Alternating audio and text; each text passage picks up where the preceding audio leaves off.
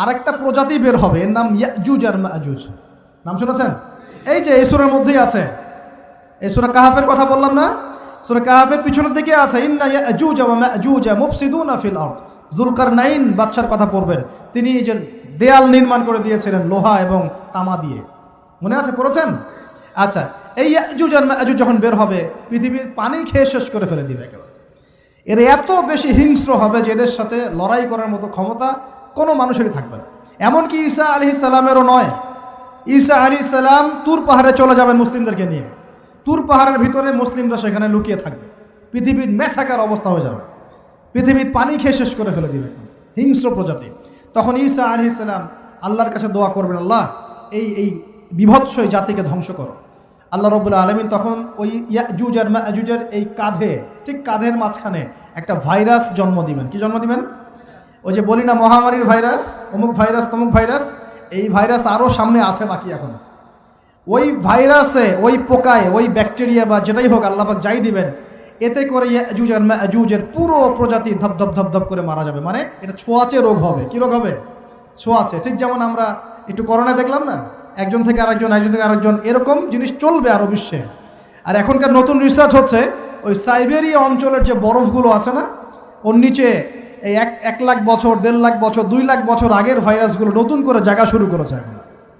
হ্যাঁ, এগুলো বিজ্ঞানীরা বলছেন যে এগুলো আবার কোন দিন জানি পৃথিবীতে আত্মপ্রকাশ করা শুরু হয়।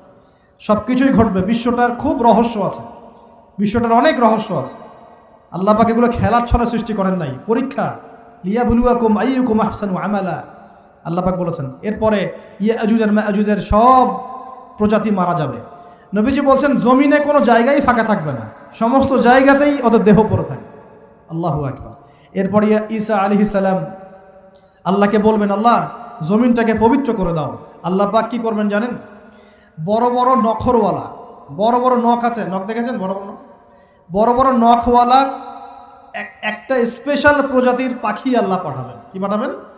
পাখি। এটা কোন পাখি, কি নাম আমরা জানি না, মহাবিশ্বের কোন জায়গা থেকে আসবে তাও জানি না, পৃথিবীতে আসে কিনা তাও জানি না। আল্লাহ পাঠাবেন আবাবিল, তয়রন আবাবিল। যখন আল্লাহ পাখি পাঠিয়েছিলেন না, ও আরসালা আলাইহিম তয়রন আবাবিল। আসলে ওই পাখির নাম কিন্তু আবাবিল না, আবাবিল মানে হচ্ছে ঝাঁকে ঝাঁকে। তো ওই পাখি কি আর দেখা গেছে? ওই রকম করে পাথর কেউ নিক্ষেপ করেছে? আর ঠিক এরকম করে এই এক শ্রেণীর পাখি আল্লাহ পাঠাবেন যাদের নখগুলো খুব বড় বড় হবে, বিশাল বিশাল নখ। এই নখগুলো দিয়ে তারা দেহগুলোকে উঠাবে, উঠিয়ে নিয়ে কোথায় যে ফেলে দেবে আল্লাহ ভালো জানে। সুবহানাল্লাহ, আল্লাহু আকবার। আল্লাহ পাক বিশ্বে কত কি বাকি রেখেছেন এখন। এরপরে আল্লাহ পাক কী করবেন জানেন? আল্লাহ পাক বৃষ্টি বর্ষণ করবেন। এত বেশি বৃষ্টি হবে, এত বৃষ্টি হবে, জমিন ধুয়ে পরিষ্কার হয়ে যাবে। হাদিসে আসছে জমিন একদম চকচক করবে, জমিনটা পরিষ্কার হয়ে চকচক করতে থাকবে। এরপরে কারণ ওই ভাইরাস তো ধুইতে হবে না, ভাইরাসকে ধুয়ে সাফ করতে হবে। তারপরে ঈসা আলাইহিস সালামের সময়ে বলা হচ্ছে, তার সময়ে একটা ডালিম দেখেছেন কি না? আনার ডালিম। এই ডালিমের যে খোসা হয় না, এই ডালিমের খোসার নিচে একটা পুরো পরিবার আশ্রয় নিতে পারবে। কি বুঝলেন? এত বড় বড় ফল হবে, এত বরকত হবে জমিনের মধ্যে। কখন বরকত হয়? যখন একটা জনপদের অধিবাসীরা আল্লাহর সামনে আত্মসমর্পণ করে, তখন আল্লাহ বরকত দেন। আমরা কি আত্মসমর্পণ করছি? এই জন্যই তো অর্থনৈতিক মন্দা চলছে। এমনি নাকি? সুদ খাচ্ছেন, দিব্যি ঘুষ খাচ্ছেন, দুর্নীতি করছেন, জেনা করছেন, মানুষের সম্পদ আত্মসাৎ করছেন, মাপে কম দিচ্ছেন, আবার নামাজও পড়ছেন, মাশাআল্লাহ। তো বরকত কোত্থেকে আসবে? তো বরকত কখন আসে? যখন একটা কম আল্লাহর সামনে সম্পূর্ণ আত্মসমর্পণ করে। একটা ডালিম হবে, এটা রূপকথা নয়, এগুলা গাল গল্প বলছি না। এই প্রতিটা কথা আল্লাহ পাকের ওহী থেকে আসছে, এর একটা কথা মিথ্যা হবে না ইনশাআল্লাহ তাআলা। বিশ্ববাসীরা দেখবে একটা ডালিমের নিচে একটা পরিবার আশ্রয় নিতে পারবে। এত স্পেসিফিকলি বলা হয়েছে হাদিসগুলোতে। নবী সাল্লাল্লাহু আলাইহি ওয়াসাল্লাম বলেছেন যে 10 জন ঘোড়সাওয়ার, কয়জন ঘোড়সাওয়ার? 10 জন ঘোড়সাওয়ার বের হবে ইমাম মাহদীর সময়, যারা খোঁজ নিতে যাবে যে দেখি দাজ্জাল বের হয়েছে কিনা। ঘোড়ায় করে খোঁজ নিতে যাবে, দেখি দাজ্জাল বের হয়েছে কিনা। ওই 10, নবীজি বলছেন আমি ওই 10 জনের নামও জানি, ওদের বাবার নামও জানি। সুবহান। এত স্পেসিফিক জ্ঞান দেওয়া হয়েছে আল্লাহর পক্ষ থেকে নবী সাল্লাল্লাহু আলাইহি ওয়াসাল্লামকে। তার হাদিস থেকে বলছি, ডালিমের নিচে পরিবার আশ্রয় নিতে পারে। তো অনেকে হয়তো হাসবে, কি বলে একটু উল্টা পাল্টা কথা, তাই না? নাস্তিকরা মনে করতে পারে যে হাসবে, আরে হাহারি এক দিয়ে রেখে দেবে। এখন মানুষ ফেসবুকের মতো চিন্তা করে, ফেসবুকের মতো হাসে, ফেসবুকের মতো কাঁদে, মানুষ এখন রোবোটিক হয়ে গেছে, ঠিক আছে? আচ্ছা, তো এরপর কি? এরপরে বরকতের এই সময়টা শেষ হয়ে যাবে কখন? যখন মানুষ আবার সেই জেনা, পাপ, শিরিক, কুফর এগুলোতে লিপ্ত হবে। আল্লাহ রাসূল বলছেন এমন একটা মানুষও বাকি থাকবে না, একটা মানুষও না যে খালি লা ইলাহা ইল্লাল্লাহ কালিমাটা পড়তে জানে, এমন একটা মানুষও বাকি থাকবে না। বলেন নাউযুবিল্লাহ। ওরা হবে এই পৃথিবীর সবচেয়ে নিকৃষ্ট মানুষ। ওদের চেয়ে নিকৃষ্ট কোনো মানুষ এই পৃথিবীতে হবে না। এখনও কি এরকম সময় আসে নাই? এখন কি লা ইলাহা ইল্লাল্লাহ আছে না? পূর্ণাঙ্গ প্রয়োগটা নাই, কিন্তু কালিমা তো আছে কি না? তখন নবীজি বলছেন এমন একটা যুগ আসবে যে লা ইলাহা ইল্লাল্লাহ বলার মতো একটা মানুষ খুঁজে পাওয়া যাবে না, আর মানুষ রাস্তাঘাটে কুকুরের মতো জেনা করবে। রাস্তাঘাটে কুকুর যেমন সঙ্গম করে না রাস্তাঘাটে, ওই রকম করে মানুষ রাস্তাঘাটে জেনা করবে। ওই সময়ে আল্লাহ রাব্বুল আলামিন পশ্চিম দিক থেকে সূর্য উঠাবেন। কোন দিক থেকে? সূর্য সত্যি সত্যি পশ্চিম দিকে উঠবে। পৃথিবী একদিকে ঘুরছে না এখন, কে জানে আল্লাহ পাক পৃথিবীর ঘূর্ণন থামিয়ে উল্টা দিকে ঘোরাতে পারেন না? অবশ্যই পারেন। আল্লাহ পাকের জন্য এটা খালি বলা কুন ফায়াকুন, হও হয়ে যাও, ব্যাস। পুরো বিশ্বের বড় বড় ডিপার্টমেন্টগুলো কারা নিয়ন্ত্রণ করছে? আমরা নিয়ন্ত্রণ করছি? জি না। এমনকি খ্রিস্টানরাও নিয়ন্ত্রণ করছে না, বরং ওরাই নিয়ন্ত্রণ করছে। আপনাকে গভীরে ঢুকতে হবে তো। তার মানে সে আত্মপ্রকাশ না করলেও তার অনুসারীরা তো মাশাআল্লাহ শক্তিশালী হয়ে গেছে কি না? তার মানে সময় কাছে না দূরে? কাছে। এটা বোঝার জন্য কি ভবিষ্যৎবাণী করা লাগে? গণক হওয়া লাগে? জ্যোতিষী হওয়া লাগে? এটা বোঝার জন্য কোরআন সুন্নাহর সাথে শেষ জামানা স্টাডি করলেই হয়। Economics, world affairs, history study করলেই বুঝতে পারেন, হৃদয়ের চোখ খুলে যাবে ইনশাআল্লাহ তাআলা। আল্লাহ পাক বোঝার তৌফিক দান করুন। এখন সে বের হয়ে বিশ্বটাকে শাসন করবে ঠিকই, কিন্তু তার সাথে লড়াই করার ক্ষমতা ওই সময় মুসলিমদের থাকবে না। তখন আল্লাহ পাক পাঠাবেন ওই যে সত্যিকারের মাসিহ ঈসা আলাইহিস সালাম। কাকে পাঠাবেন? তিনি নামবেন সিরিয়ায়। কোন দেশে? সিরিয়ার দামেশকে তিনি নামবেন দুজন ফেরেশতার কাঁধে ভর দিয়ে। তখন তার চুলগুলো দিয়ে টপ টপ করে মুক্তার মতো পানি ঝরতে থাকবে, এমনটা হাদিসে বলা হয়েছে। সুবহানাল্লাহ, সুবহানাল্লাহ। এত স্পেসিফিকলি হাদিসে বলা হয়েছে এটা হবে, এইটা হবে, ওইটা হবে, একদম স্পেসিফিকলি। তারপরে ঈসা আলাইহিস সালাম তিনি যখন ওই মুসলিমদেরকে পেয়ে যাবেন, তাকে ইমামতি করতে বলা হবে। ঈসা আলাইহিস সালাম বলবেন, না, আমি ইমামতি করতে পারবো না। ইমামতি এই উম্মতের জন্যই করা হয়েছে। বলেন সুবহানাল্লাহ। আমাদের ইমাম ইমামতি করবেন, তিনি পিছনে মুক্তাদি হবেন। একজন নবী মুক্তাদি হবেন আর ইমাম ইমামতি করবে, চিন্তা করতে পারেন? এরপর নামাজ শেষ হওয়ার পরে বলবেন তিনি দরজা খুলে দাও, দরজা খুলে দাও। এটার ব্যাখ্যা আমার কাছে মনে হয় হয়তোবা তখন অবরোধ থাকবে, অবরোধটাকে তিনি ভেঙে দিতে বলবেন হয়তোবা, আল্লাহ ভালো জানেন। কারণ দরজা খুলে দাও এর ব্যাখ্যা কী হতে পারে? কিসের দরজা খুলে দাও? কিসের বাঁধন খুলে দাও? নিশ্চয় একটা বাঁধনে মুসলিমদেরকে বেঁধে ফেলা হবে।